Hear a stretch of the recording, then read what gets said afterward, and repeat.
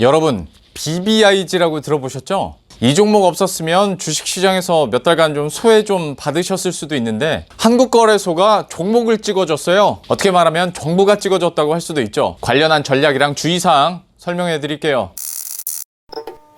안녕하세요, 반갑습니다. 루앵커입니다. 이 주식 투자하면서 포트폴리오 어떻게 꾸릴까 고민 많이 하시죠? 어떤 종목을 얼마나 사야 되나 고민 많이 하실 텐데요. 지난 3월에 코로나19 팬데믹 이후에 지수가 회복한 한 4-5달간은 솔직히 웬만한 종목들 다 올랐으니까 고민이 좀 덜 하셨을 수도 있는데 지금은 이제 어느 정도 고점에 대한 부담감도 있고 또 웬만한 건 수익을 다 낸 후에 좀 판 부분들이 많을 것 같아서 이제 좀 포트를 어떻게 재정비할까 좀 고민하는 시기가 되지 않았나 싶습니다. 그런데 바로 이 타이밍에 한국거래소가 거의 답안지 수준의 새로운 지수를 공개했습니다. 물론 어떤 분들은 야, 이거 원래 다 알던 거야 라고 하실 수도 있겠지만 이 종목들을 모아서 한국거래소가 지수를 만들고 그리고 이걸 추종하는 각종 상품들이 나오면서 또 패시브 자금들이 유입되고 또 그런 확신을 가지고 이 지수에 담긴 개별 종목에 대한 투자가 늘어날 수 있다라는 점을 감안한다면 그저 알던 것하고 매수 가능한 것의 차이는 분명히 있지 않을까 싶네요. 자, 그리고 우리가 여기에 관심을 가져야 할 큰 이유가 바로 수익률인데요. 실제로 보면 코스피가 연평균 2.8%씩 오르는 동안에 이 뒤에서 설명드릴 그 뉴딜 지수의 평균 수익률, 그러니까 해당 종목들을 지수화해서 수익률을 내봤더니 연평균 30%의 수익률이 나왔다는 거예요. 이것만 봐도 우리가 여기에 관심을 가져야 되는 이유가 있는 거죠. 자, 그럼 일단 어떤 지수들이 소개됐는지 설명부터 해드릴게요. 일단 큰 그림에서 K 뉴딜 지수라고 부르는데요. 이게 4가지 산업군으로 나뉩니다. 2차 전지, 바이오, 인터넷, 게임. 그래서 이 산업군의 앞글자를 딴 BBIG는 사실 이미 시장에서 각광을 많이 받았고 또 이미 많이 올랐죠. 그래서 이전부터 얘기는 참 많이 됐던 말이기도 했는데 실제로 한국거래소에서 이 BBIG, 이제 편의상 비빅이라고 저는 부를게요. 비빅을 따서 지수를 만든 거예요. 사실 이것도 놀랍다면 놀라운 거거든요. 시장에서 만든 어떤 신조어 느낌인데 이거를 한국거래소가 지수화시켰다는 것도 놀라운 거고, 어쨌거나 이 4가지 산업군을 각각 하나의 지수로 만들었는데 비중은 일단 시가총액 기준으로 상위 3개 종목은 25%씩 넣어놨고 그리고 나머지 25%는 7종목을 넣어서 한 지수당 총 10개의 종목을 만든 겁니다. 그러니까 2차 전지 K 뉴딜 지수,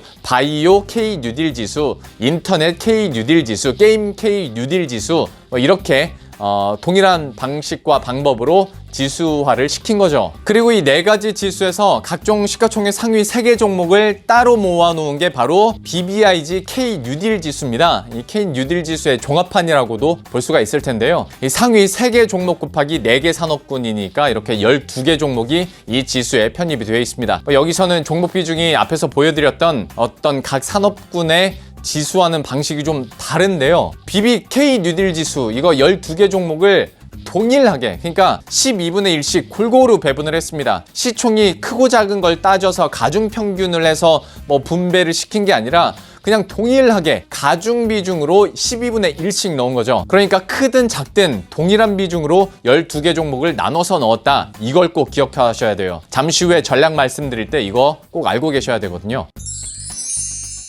자, 그럼 이걸 가지고 어떻게 투자 전략으로 녹이느냐? 일단 2가지 분류로 나눌 수가 있겠죠. 한국거래소가 친절하게 만들어준 이 지수를 그대로 활용하느냐, 아니면 여기에 편입된 종목들을 가지고 내가 개별 투자를 하느냐 일 텐데, 전자 같은 경우에는 이제 곧 지수를 추종하는 펀드들이 각 운용사에서 나올 거란 말이죠. 그러면 그 상품을 그냥 사면 됩니다. 관련한 ETF가 나오면 거기에 투자하는 게 아마 가장 진입장벽이 낮고 또 편리하지 않을까 싶어요. 어쨌거나 머리 아픈 거 싫고 또 각 개별 종목에 분산해서 투자할 여력이 좀 적다면 이런 지수 추종 펀드에 투자하는 것도 좋겠죠. 그런데 아마 요 몇 달간 가파른 상승과 또 수익률을 경험한 주린이나 아니면 이미 오랫동안 주식 투자하신 분들은 ETF로는 뭔가 만족 못하실 수도 있을 거란 말이죠. 뭐 움직임도 개별 종목보다는 아무래도 덜 다이나믹하니까. 그래서 그럴 바에야 이 지수에 편입된 종목들에 내가 직접 투자하겠다라고 생각하시는 분들도 있을 겁니다. 이런 분들이 바라는 시나리오는 이거죠. 그러니까 원래부터 전망이 좋았던 이런 비비기였는데 이렇게 정부 정책과 맞물려서 한국거래소가 지수를 만들었고 이 지수를 토대로 상품이 만들어진다면 당연히 이 추종 자금이 들어오면서 그 각 종목들의 거래량도 늘 거잖아요. 기관이 살 테니까. 그럼 자연히 각 종목들의 주가가 올라갈 수 있을 거다라는 겁니다. 그러니까 이 지수에 편입된 종목들을 다 사자. 그런데 이걸 다 사기는 너무 많으니까 각 산업군별로 10개씩 40개도 이것도 너무 많아 하다 보니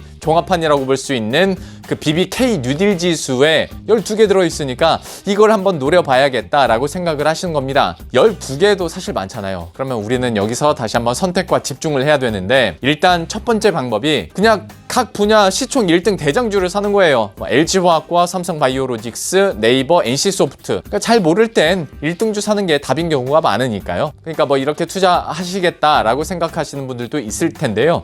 이것도 저는 개인적으로 좋은 방법이라고 생각을 해요. 저 같은 좀 보수적인 투자자들이 따라하기에도 좋고 뭔가 조금 더 안정적인 방법일 것 같다라는 생각도 드니까요. 그런데 주식시장에서 이제 짬이 좀 되시는 분들은 이런 생각하실 거예요. 그러니까 BBK 뉴딜 지수를 시총 크기에 상관없이 똑같이 12분의 1로 동일 가중 방식으로 비중을 뒀다라고 말씀드렸잖아요. 그러면 12분의 1씩 비중을 똑같이 맞추려면 상대적으로 시총이 작은 종목은 더 사야겠죠. 시총이 큰 종목들은 대신 많이 못 사고. 그럼 이 BBK 뉴딜 지수에서 시총이 작은 더존비주원이나 펄어비스를 사자. 이렇게 그림이 그려지는 거예요. 실제로 이 지수가 공식적으로 발표된 게 9월 7일이었는데 이미 보도자료로 9월 4일에 나왔었거든요. 그래서 그날에 9월 4일에 더존비주원이 하루 만에 18% 급등했고요. 펄어비스가 10% 급등을 했습니다. 앞서 말씀드린 그 시총 작은 종목을 노리는 전략으로 더존비주원하고 펄어비스를 미리 사려는 사람이 많아지면서 주가가 급등을 한 건데 주린이 입장에서 보면 이렇죠. 와, 사람들 진짜 똑똑하네.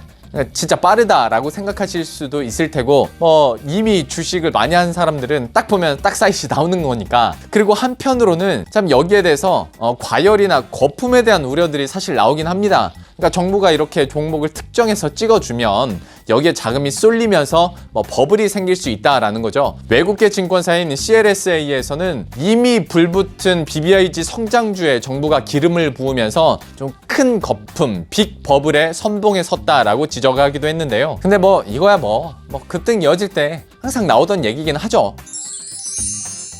자, 그런데 이런 BBK 뉴딜 지수를 활용한 투자에 있어서 주의하셔야 될 부분도 있습니다. 말씀드릴게요. 뭐 이게 다 좋은 게 좋은 건 아니니까요. 앞에서 말씀드린 시총 1위 대장주들 하나씩 사는 거는 뭐 상대적으로 위험은 덜 할 수도 있겠는데 지금까지 워낙 많이 오른 종목들이라 새로 사기에 좀 부담스러운 측면이 있습니다. 올해 들어서 LG화학이 131%, 삼성바이오로직스가 84%, 네이버가 73%, NC소프트가 44% 올랐거든요. 훨씬 얘네보다 더 많이 오른 종목들도 있긴 합니다만은 어쨌거나 좀 이런 시총 1등 안 그래도 주가도 비싼데 이 얘네들을 다 사기에는 좀 부담스러운 가격대인 건 사실입니다.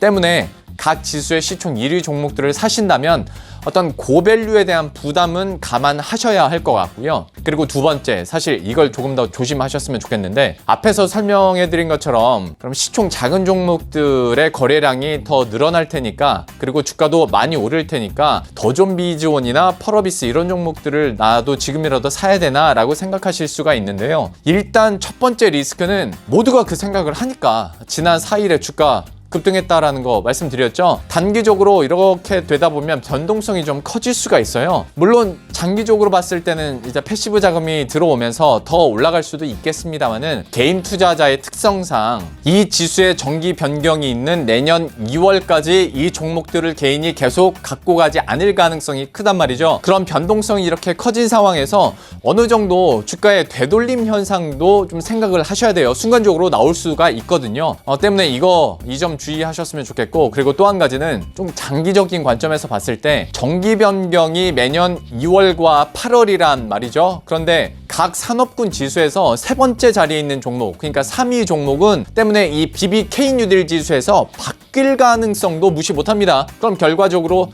그 지수에서 빠지게 되는 건데, 더존비존의 시총이 3조 7천억 원인데 KMW 시총이 3조 4천억 원이거든요. 얼마 차이 안 나잖아요. 언제든지 바뀔 수가 있어요. 그리고 펄어비스도 좀 유의하셔야 되는 게, 시총이 2조 6천억 원이어서 그 4위 컴투스와 좀 차이는 있습니다. 컴투스 시총이 1조 6천억 원 정도 하니까 좀 차이는 있는데, 그런데 게임 업종에서는 9월 10일에 카카오 게임즈가 상장하잖아요. 카카오 게임즈가 이제 시장에 진입해서 첫날에 따상만 해도 펄어비스 시총을 뛰어넘거든요. 그러면 어떻게 될지 모르는 거죠. 뉴딜 지수에서도 내년 2월까지 어떻게 될지 모르는 거고, 그러니까 이 점도 좀 고려를 하셨으면 좋겠습니다.